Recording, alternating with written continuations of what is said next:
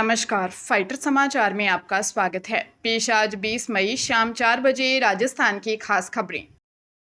श्रीगंगानगर में सदर पुलिस ने सीनियर सिटीजन को हनी ट्रैप में फंसाकर ब्लैकमेल करने वाली शातिर महिला 35 वर्षीय मंजू देवी निवासी नारनौल हरियाणा को जोधपुर से गिरफ्तार किया है, जिसे आज कोर्ट में पेश किया गया।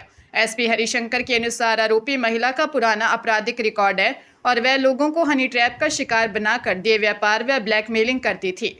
मामले में एक 70 वर्षीय बुजुर्ग ने शिकायत दी थी कि जोधपुर में उनके डॉक्टर बेटे के अस्पताल में इलाज के दौरान महिला ने उनसे नजदीकियां बढ़ाई और बाद में दुष्कर्म के झूठे केस में फंसाने की धमकी देकर 50 लाख रुपए मांगे। बुजुर्ग ने पुलिस को social media chatting, call recording और सीसीटीवी फुटेज जैसे पर्याप्त सबूत सौंपे, जिसके बाद पुलिस ने यह कार्रवाई की।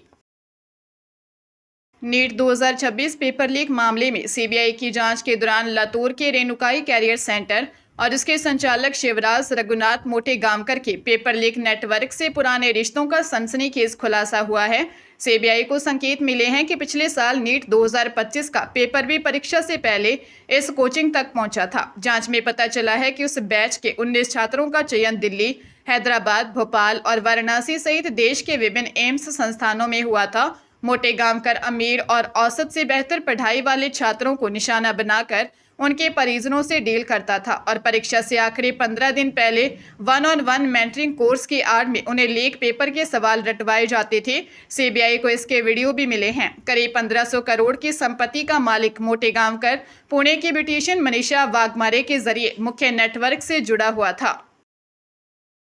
अफगानिस्तान के खिलाफ आगामी घरेलू सीरीज के लिए भारतीय क्रिकेट टीम का ऐलान कर दिया गया है, जिसमें श्रीगंगानगर के 23 वर्षीय लेफ्ट आर्म स्पिनर मानव सुथार को पहली बार मौका मिला है। जसप्रीत बुमराह और रविंद्र जडेजा को आराम दिए जाने के बाद चयनकर्ताओं ने घरेलू क्रिकेट और इंडिया ए में शानदार प्रदर्शन करने वाले इस बॉलिंग ऑलराउंडर पर भरोसा जताया है। मानव ने फर्स्ट क्लास क्रिकेट के 29 मैचों में 129 विकेट चटकाए हैं और बल्लेबाजी में एक शतक के साथ 945 रन बनाए हैं। शुभमन गिल की कप्तानी वाली इस टेस्ट टीम में कई युवा चेहरों को शामिल किया गया है। जून में होने वाले इस दौरे पर दोनों टीमों के बीच मुल्लांपुर की एक टेस्ट और धर्मशाला, लखनऊ व चेन्नई में 3 वनडे मैच खेले जाएंगे। बेंगलुरु कैंप में रोहित शर्मा और विराट कोहली जैसे दिग्गजों को अपनी गेंदों से परेशान कर चुके मानव के चयन से उनके घर में जश्न का माहौल है।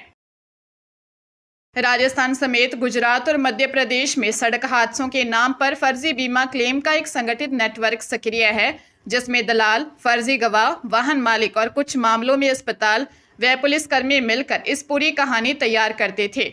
भीलवाड़ा, चित्तौड़गढ़, राजसमंद, उदयपुर और अजमेर के 100 से अधिक थानों और 15 बीमा कंपनियों की पड़ताल में 2 साल के भीतर सैकड़ों संदिग्ध क्लेम केस सामने आए हैं।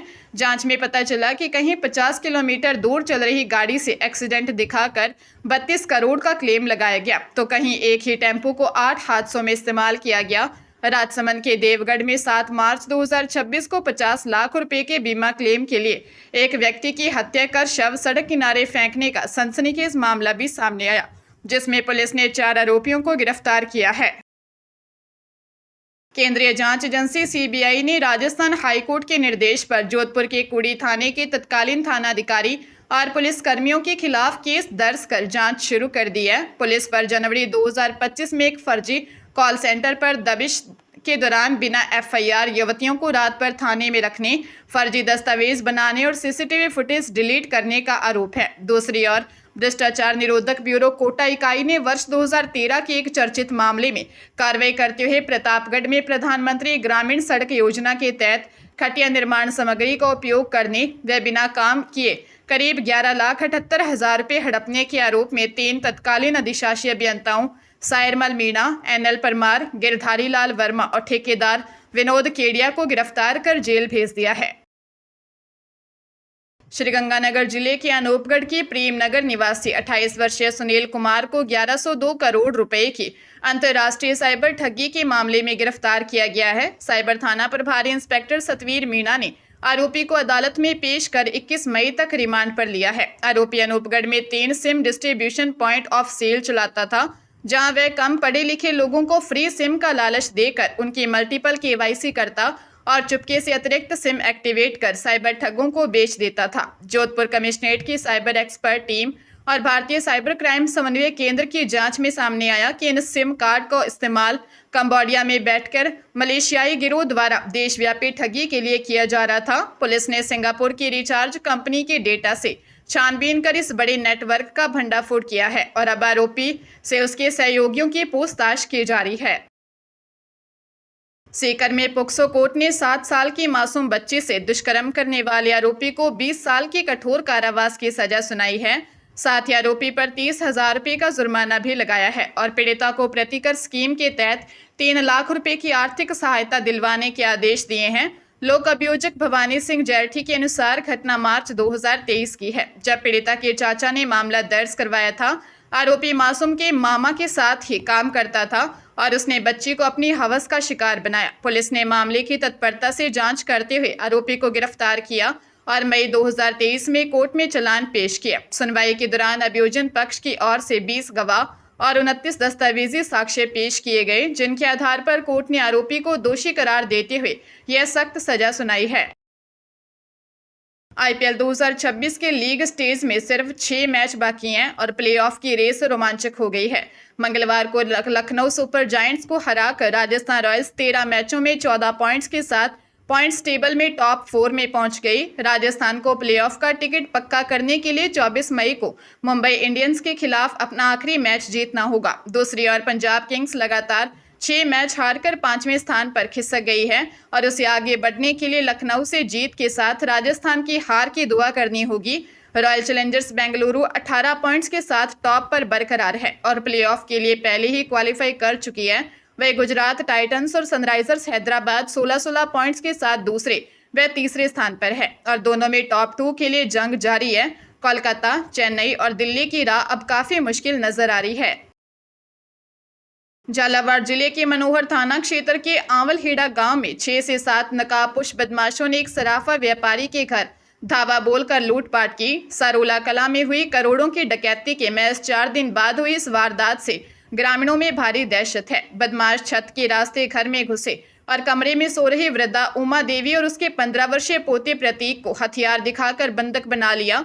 दोनों के साथ मार पीट कर और हाथ पैर बांधकर बदमाशों ने करीब आधे घंटे तक लूटपाट दी। लुटेरे महिला के गले से सोने का मंगलसूत्र, टॉप्स, झुमके, चांदी की पायजेब, पोते का 100 ग्राम चांदी का कड़ा, 2000 रुपये नगद, मोबाइल और रसोई से 3 किलो देसी घी तक ले गए। जाते समय बदमाश पीड़ितों को जान से मारने की धमकी दे गए। डीएसपी अशोक कुमार ने मौका मुआयना कर अज्ञात बदमाशों के खिलाफ मामला दर्ज कर तलाश शुरू कर दी है। हरियाणा के करनाल में असंध के एंटी करप्शन ब्यूरो ने बड़ी कार्रवाई करते हुए पटवारी विजय वीर को 15,000 रुपये की रिश्वत लेते रंगे हाथ गिरफ्तार किया है। जलमाना गांव निवासी शिकायतकर्ता गुरबख्श सिंह ने अपने भाई से 2 कनाल जमीन ली थी, जिसका नाम नई जमाबंदी में दोबारा जोड़ने के लिए आरोपी पटवारी ने पहले 25,000 रुपये मांगे थे। पटवारी का कहना था कि इस रिश्वत में उसका बहुत कम हिस्सा है और उसे कानूनगो और तहसीलदार को भी हिस्सा देना पड़ता है। बाद में सौदा 15,000 रुपये में तय हुआ, जिसकी शिकायत पीड़ित ने एसीबी से कर दी। एसीबी टीम के इंचार्ज प्रवीण कुमार के नेतृत्व में जाल बिछाकर केमिकल लगे नोटों के साथ पटवारी को रंगे हाथ दबोच लिया गया। करनाल में आरोपी के खिलाफ भ्रष्टाचार निरोधक अधिनियम के तहत मामला दर्ज कर आगे की गहन पूछताछ की जा रही है। पंजाब के तरनतारन में गांव जोधपुर डेने में 17 वर्षीय युवक एकनूर सिंह की हत्या का सनसनीखेज मामला सामने आया है। गांव के आरोपी गुरविंदर सिंह उर्फ गिंदर ने एकनूर से नशा और 200 रुपये मांगे थे। जब एकनूर और उसके पिता गुरदेव सिंह ने साफ इनकार किया कि वह नशा नहीं बेचता, तो आरोपी ने पैसे छीनने की कोशिश की। विरोध करने पर आरोपी ने एकनूर पर हमला कर दिया। घायल युवक को तुरंत अमृतसर के गुरु नानक देव अस्पताल में भर्ती करवाया गया, जहाँ इलाज के दौरान उसने दम तोड़ दिया। घटना से पीड़ित गरीब परिवार गहरे सदमे में है। थाना सदर तरनतारन पुलिस ने शव को पोस्टमार्टम के लिए भेज दिया है और पुलिस ने आरोपी को गिरफ्तार कर उसके खिलाफ भारतीय न्याय संहिता की धारा 103 के तहत मामला दर्ज किया है।